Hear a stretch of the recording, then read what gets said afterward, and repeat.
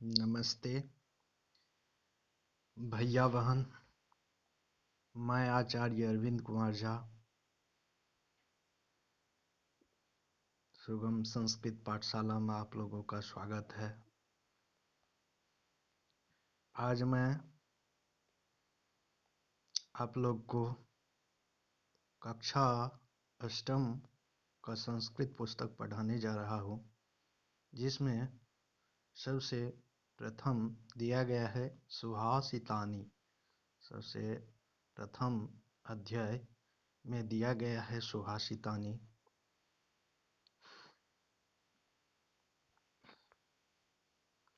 सुभाषितानि, ये आप देख रहे हैं सुभाषितानि है। सुभाषितानि का अर्थ होता है, सुभाषितानि का अर्थ जो होता है, सु का अर्थ है मीठे, भाषित का अर्थ होता है वचन, अर्थात मीठे मीठे वचन। सुभाषितानि का अर्थ होता है मीठे वचन, जिसे हम अच्छे वचन ये भी कह सकते हैं। सु और भाषित, इन दो शब्दों के मेल से ये बना है सुभाषित शब्द।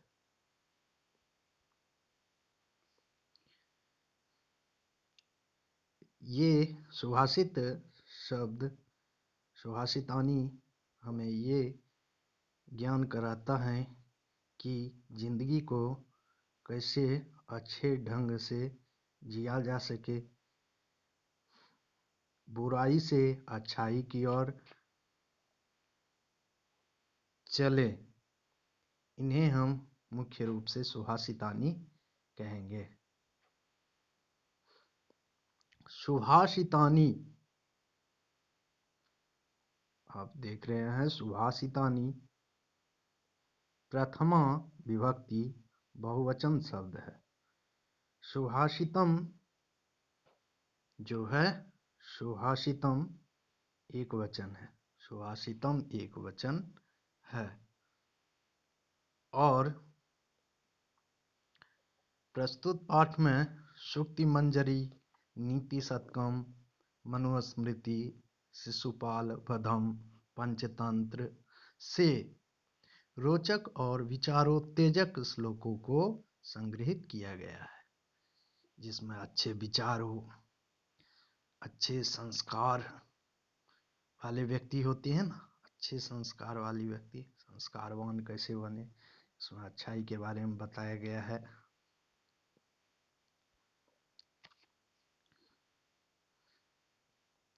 सुभाषितानि को बहुवचन के रूप में दिया गया है।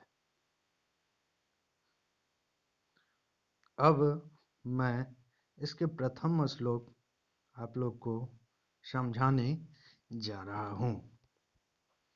गुणा गुणज्ञेषु गुणा भवन्ति, ते निर्गुणं प्राप्य भवन्ति दोषाः, सुस्वादुतोयाः प्रभवन्ति नद्यः, समुद्रमासाद्य भवन्ति पेयाः। अब इसका अर्थ जानना है। गुणा का अर्थ होता है गुण, अर्थात अच्छे क्वालिटी, गुण अच्छे क्वालिटी। गुणज्ञेषु, गुणज्ञेषु गुणवान लोगों में, अर्थात गुणवान जो लोग होते हैं, गुणवान लोगों में गुणा अर्थात गुण क्वालिटी भवंती होते हैं। इसका अर्थ हम मुख्य रूप से ऐसे कह सकते हैं कि इस प्रकार अब समझेंगे कि गुणवान लोगों के साथ रहने से गुणा अर्थात अच्छे गुण भवंती होते हैं। गुणवान व्यक्तियों के साथ रहने से अच्छे गुण होते हैं। गुणा गुणज्ञेषु गुणा भवन्ति, ये तो समझ गए।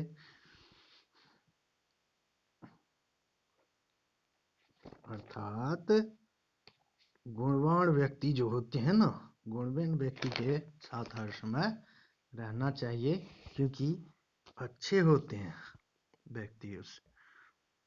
ते निर्गुणं प्राप्य भवन्ति दोषाः, ते मीन्स वे सब, वे निर्गुणं अर्थात बुराई। निर्गुण मीन्स क्या होता है? बुराई। प्राप्य, को प्राप्त कर, प्राप्य मीन्स प्राप्य करना, प्राप्त करना। भवन्ति, होते हैं। दोषा, दोष। तो ते मीन्स वे सब या वे। वहीं अगर निर्गुण व्यक्ति के साथ मिल जाए तो उसमें क्या हो जाएगा? दोष उत्पन्न हो जाएगा। वही व्यक्ति अगर निर्गुण व्यक्ति के साथ मिल जाए तो उसमें दोष उत्पन्न हो जाएगा। अर्थात बुरे संगत को प्राप्त कर दोषयुक्त हो जाते हैं। सुस्वादु तो या प्रभवन्ति नद्यः। नद्यः का अर्थ होता है नदियां। सु मीन्स अच्छे। स्वादु तो या, स्वादयुक्त पानी। स्वादु तो या, स्वादयुक्त पानी। प्रभवन्ति, प्रभवन्ति, बहती हैं। तो नदियां, नदियां, नदियां अच्छा पानी लेकर निकलती हैं। जो पीने लायक होता है उसको हम पी भी सकते हैं। तो क्या करती हैं नदियां? अच्छे पानी लेके निकलती हैं। समुद्र मासाद्य भवन्त पेया। और वहीं समुद्र मासाद्य, समुद्र में मिलना, भवन्ति अपेया, वे पानी अपेय हो जाता है। अर्थात समुद्र में मिलकर वही पानी अपेय हो जाता है, अर्थात बिना पीने योग्य हो जाता है। उसे हम पी नहीं सकते हैं क्योंकि वे खारे हो जाते हैं, इसलिए उसे पी नहीं सकते हैं। समझ गए होंगे आप लोग। आगे बढ़ते हैं। साहित्य संगीत कला विहीनः साक्षात् पशुः पुक्ष विषाणहीनः तृणं न खादन् न पीजीवमानः तद्भागधेयं परमं पशूनाम। कितना अच्छा है। श्लोक दिया गया है कि साहित्य, अर्थात साहित्य मीन्स लिटरेचर, लिटरेचर जिसे हम कहते हैं। संगीत, संगीत म्यूजिक। कला, कोई कला का ज्ञान, कला कोई भी कला हो। आर्ट जिसे हम कहते हैं आर्ट। विहीनः, विहीन अर्थात रहित। तो ऐसे हम इसको कह सकते हैं जिस व्यक्ति के पास इनमें से एक भी नहीं है। किन सब चीजों में से? साहित्य, संगीत, कला, इन सब चीजों में से एक भी नहीं है। इन सब चीजों का ज्ञान अगर नहीं है तो साक्षात पशु पुक्ष विषाणहीन, साक्षात वास्तव में वह एक पशु अर्थात जानवर हैं। साक्षात वास्तव में वह एक क्या है? जानवर हैं। वे भी कैसा जानवर? कैसा जानवर? पुक्ष विषाणहीन, अर्थात पूछ भी न होना, अर्थात पूछ भी नहीं है, और न ही सिंह का होना। सिंह भी नहीं है और पूछ भी नहीं है, वैसा जानवर। तो वे जानवर काम नहीं, अर्थात उस जानवर का कोई काम नहीं है जिसके पास पूछ भी ना हो। वो अगर चाहेंगे किसी को मारने के लिए तो मार भी नहीं पाएंगे। मक्खी उड़ाना चाहेंगे तो पूछ नहीं है तो कैसे उड़ाएंगे? ये भी होगा। तो उस पशु की तरह वह व्यक्ति होता है जिसके पास कोई भी विषय का नॉलेज नहीं है, अर्थात ज्ञान नहीं है। वो उसी तरह होता है। तृणं न खादन्नपि जीवमानः तद्भागधेयं परमं पशूनां। तृणं न खादन्नपि जीवमानः। तृणं मीन्स घास। तृणं मीन्स क्या होता है? घास। ऐसा जानवर जो कुछ भी नहीं खाते हो। खादन्नपि जीवमानः, अर्थात ऐसा जानवर जो कुछ भी नहीं खाते हो, एक स्थान पे बैठे हुए हो। उस पशु का भाग्य भी बहुत बड़ा है। तद भाग ध्येयं परमं पशुणाम, उस पशु का भाग्य क्या है? भाग्य भी बहुत बड़ा है। आप तो समझ गए होंगे। साहित्य, संगीत, कला, इन सब से विहीन व्यक्ति जो होते हैं वे पशु के समान होते हैं। और वो भी कैसा पशु के समान? साक्षात पशु पुक्ष विषाणहीनः, जो साक्षात पशु के समान अर्थात जानवर के समान होते हैं। कैसा जानवर? पुक्ष विषाणहीनः, अर्थात पुच्छ भी नहीं हो और सिंह भी नहीं हो, ऐसा जानवर। तृणं न खादन न पी जीवमान, ये तो समझा दिए। जो न तृणं अर्थात घास भी जो नहीं खाते हो, ऐसा जानवर जो कुछ भी नहीं खाते हो, एक स्थान पे बैठे हुए हो। तद भाग ध्येयं परमं पशुनाम, उस पशु का भाग्य भी बहुत बड़ा है। अब तो आप लोग समझ गए होंगे। अब तीसरा पे चलते हैं। इसमें लोभी व्यक्ति के बारे में बताया गया है। लोभी लोग क्या करते हैं? लोभधस्य नश्यति यशः पिशुनस्य मैत्री, नष्टक्रियस्य कुलमर्थपरस्य धर्मः, विद्याफलं व्यसनिनः कृपणस्य सौख्यं, राज्यं प्रमत्य सचिवस्य नराधिपस्य। ऐसे इसको पढ़ेंगे। लुब्ध का होता है लोभी। लोभ का अर्थ क्या होता है? लोभी। यशः का यश, नश्यति नष्ट होता है। तो लोभधस्य नश्यति यशः, लोभी व्यक्ति का यश नष्ट हो जाता है। लोभी व्यक्ति का क्या होता है? जो लोभ करता है उसका यश नष्ट हो जाता है। पिशुनस्य मैत्री, पिशुनस्य का अर्थ होता है चुगलखोर, जो चुगलापनी करता है। मैत्री अर्थात ऐसे व्यक्ति से मैत्री करना क्या होता है? नष्ट होता है। अर्थात चुगलखोर व्यक्ति से मैत्री नहीं करना ही अच्छा है, क्योंकि वह मैत्री नहीं रहेगा, नष्ट हो जाएगा। चुगलखोर व्यक्ति से मित्रता नष्ट हो जाता है, ध्यान रखना। उसके आगे यहाँ पे नष्ट क्रियस्य कुलम अर्थ परस्य धर्मः, मर्थ अर्थ संधि किया गया है। तो यहाँ नष्ट होना किसका? तो क्रियस्य, जो कोई भी कार्य न करने वाला हो, अर्थात आलसी। आलसी व्यक्ति का क्या अर्थ? परस्य धर्म, अर्थात यहाँ जो है कुल नष्ट हो जाता है। किसका नष्ट हो जाता है कुल? जो कोई भी कार्य नहीं करता है, आलसी बन के बैठा रहता है, उसका कुल नष्ट हो जाता है। और अथ परस्य धर्म, अथ परस्य धर्म, पैसे के पीछे दौड़ने वाले जो व्यक्ति होते हैं उसका क्या नष्ट हो जाता है? धर्म, अर्थात धर्म नष्ट हो जाता है। अर्थ मीन्स रुपया पैसा, परस्य अर्थात के पीछे दौड़ने वाले जो वे नष्ट हो जाते हैं। तो यहाँ पे मैंने इसको बताया, आगे भी बताने जा रहा हूँ कि विद्याफलं व्यसनिनः, विद्याफलम अर्थात विद्या का फल, व्यसनिनः बुरे लत वाले, अर्थात बुरे लत वाले व्यक्ति को ज्ञान का फल प्राप्त नहीं होता है। बुरे व्यक्ति हैं, उनको ज्ञान का फल प्राप्त होगा? विद्या का फल प्राप्त होगा? नहीं होगा, नहीं होता है। के बाद कृपणस्य सौख्यम, कृपणस्य मीन्स होता है कंजूस। सौख्यम का अर्थ होता है सौख्य मनोरथ, सुख मनोरथ। तो कृपण व्यक्ति का, कंजूस व्यक्ति का सुख मनोरथ कभी पूरा नहीं होता है, नहीं हो पाते हैं कंजूस व्यक्ति का सुख मनोरथ।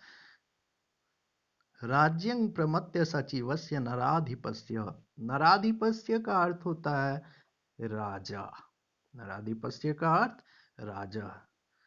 प्रमत्य सचिवस्य, जिस राजा के राज्य में उनके मंत्री आलसी हो, जिस राजाओं के राज्य में उनके मंत्री आलसी हो, वे राज्य नष्ट हो जाता है।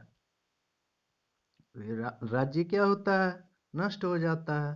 तो एक बार मैं फिर से बताना चाहूंगा, लोभी व्यक्ति का यश नष्ट हो जाता है, चुगलखोर व्यक्ति से मित्रता नष्ट हो जाती है, आलसी व्यक्ति का वंश नष्ट हो जाता है, धन के पीछे दौड़ने वाले का धन नष्ट हो जाता है, बुरे लत वाले का विद्या का फल जो प्राप्त नहीं होता है, कंजूस का सौख्य भी पूरा कभी नहीं होता है। और कहा गया है कि राजा के मंत्री जो आलसी होते हैं, प्रमत्त अर्थात आलसी, सचिवस्य अर्थात उनके जो सचिव मंत्री होते हैं वे आलसी अगर हो जाए तो वह राज्य नष्ट हो जाएगा। इस प्रकार इसको बतलाया गया है। ध्यान देने वाली बात है, ध्यान दे। और इसको अच्छे से आप लोग समझ गए होंगे, मैंने समझाया। उसके नीचे अब आते हैं, इसमें कहा गया है, इसमें सज्जनों की महानता बताई गई है। सज्जनों की क्या महानता है, वे किस तरह के कार्य करते हैं, क्या करते हैं, वो समझाया गया है इसमें। मधुरंग क्या है यहाँ, मैं एक बार पढ़ लेता हूँ श्लोक। पित्वा रसं तु कटुकं मधुरं समानं माधुर्यमेव जनयेन मधुमक्षिकासो सन्तस्तथैव सज्जन दुर्जनानां श्रुत्वा वचः मधुरसुक्तरसं सृजन्ति। कहा गया है कि मधुमक्खी के बारे में आप लोग जानते होंगे। मधुमक्खी क्या करते हैं? मधुर, यहाँ लेंगे मधुरंग, क्या कहें? मधुरंग, कटुकं, मधुरम मीन्स मधुर, पित्वा मीन्स पीकर, रसंग मीन्स रस, तो कटुकं कड़वा, मधुरंग मधुर, समानंग समान, माधुर्य मेव अर्थात अच्छा मीठास, जनयेन निर्माण करती हैं। जनयन का अर्थ होता है निर्माण करती हैं। कौन? मधुमक्षिकासो, मधुमक्खी क्या करती हैं? ये सभी रसों को पीकर क्या निर्माण करती हैं? मीठास, मधुर रसों का निर्माण करती है। मधुमक्खी सभी रसों को पीती है, कड़वा रस, मीठा रस पीकर मीठे रसों का निर्माण भी करती है। उसी तरह अर्थात तथैव उसी तरह से संत अर्थात सज्जन लोग, समान, सज्जन दुर्जन, क्या है? सज्जन और दुर्जनानां, सज्जन और दुर्जन व्यक्ति के श्रुत्वाह वचः शब्दों को सुनकर मधुर सुक्त रसं सृजंती अर्थात अच्छे रस युक्त वचन का निर्माण करते हैं। उन सबों के, सज्जन और दुर्जन के शब्दों को सुनकर क्या करते हैं? ये अच्छे वचन का निर्माण करते हैं। अच्छे वचन क्या कहा जाए? अच्छे, जो सुनने में अच्छे लगे, वो वचन का निर्माण करते हैं। कौन करते हैं? सज्जन लोग। सज्जन संत लोग जो होते हैं वह सभी को समान समझते हैं, सज्जन और दुर्जन को भी समान समझते हैं। श्रुत्वा वचः उनको सुनकर, मधुर अर्थात रस से भरे, रस से युक्त वचन का निर्माण करते हैं। उसी तरह नीचे समझाया गया है कि इसमें भी सज्जनों की महानता की बढ़ाई की गई है।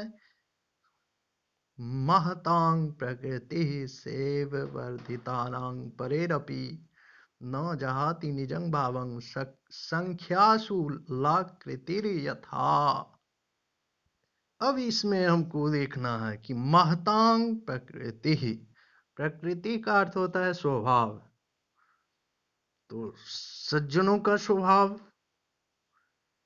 वही रहता है, सज्जनों का स्वभाव नहीं बदलता है, एक ही जैसे रहता है।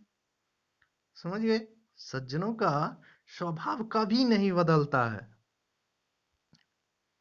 वर्धितानां परेरपि, अर्थात दूसरे लोग उसके बारे में कुछ भी कह दे, उनकी बुराई भी कर दे, उनकी तारीफ भी कर दे, तो उनसे उनको कुछ फर्क पड़ने वाला नहीं है।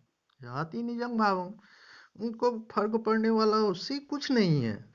सज्जन लोग अपना स्वभाव नहीं छोड़ते हैं, वे अपना स्वभाव नहीं छोड़ते हैं, चाहे कोई कुछ कहे उससे कोई मतलब नहीं। बुराई करे तो भी ठीक है, वो सुन लेंगे। अच्छा बोले तो भी ठीक है, वो तो बहुत अच्छा है। और यहाँ पे मैंने जो बताया उसी तरह संख्यासु, संख्याओं सु का अर्थ होता है संख्याओं में। संख्यासु ला कृते, ला कृतिर यथा, संख्याओं में 9 अपना आकार कभी नहीं बदलता है, एक ही जैसे रहता है। संख्याओं में 9 जो है वो अपना आकार कभी नहीं बदलता है, एक ही जैसे रखता है वो अपना आकार।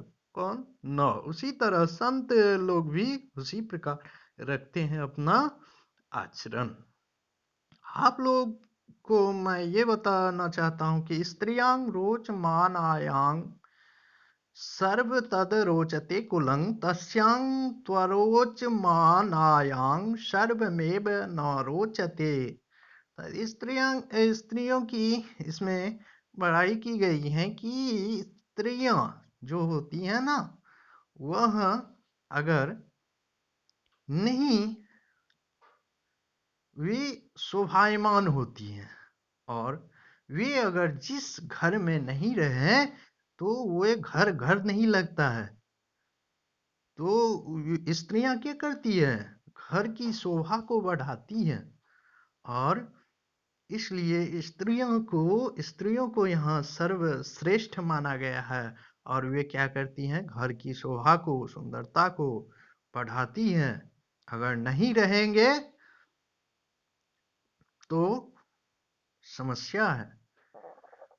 तो स्त्रियां घर की शोभा को भी बढ़ाती हैं। अगर स्त्रियां जिस घर में नहीं रहे उस घर में लगता है कि शोभा सुंदरता कुछ है ही नहीं, कुछ है ही नहीं, ऐसा महसूस होता है। तो स्त्रियां घर की शोभा सुंदरता बढ़ाती हैं। इसलिए हमें क्या करना चाहिए? अच्छे अच्छी बातों को रखना चाहिए। और इसमें मैं सभी श्लोक को आप लोग को बता दिया। भैया बहन आप सभी लाइक करेंगे, इस चैनल को सब्सक्राइब करेंगे। और जितनी भी भैया बहन है, ये ये जो है सुगम संस्कृत पाठशाला ना, इसको लाइक जरूर कीजिए और सब्सक्राइब चैनल को जरूर कीजिएगा। धन्यवाद।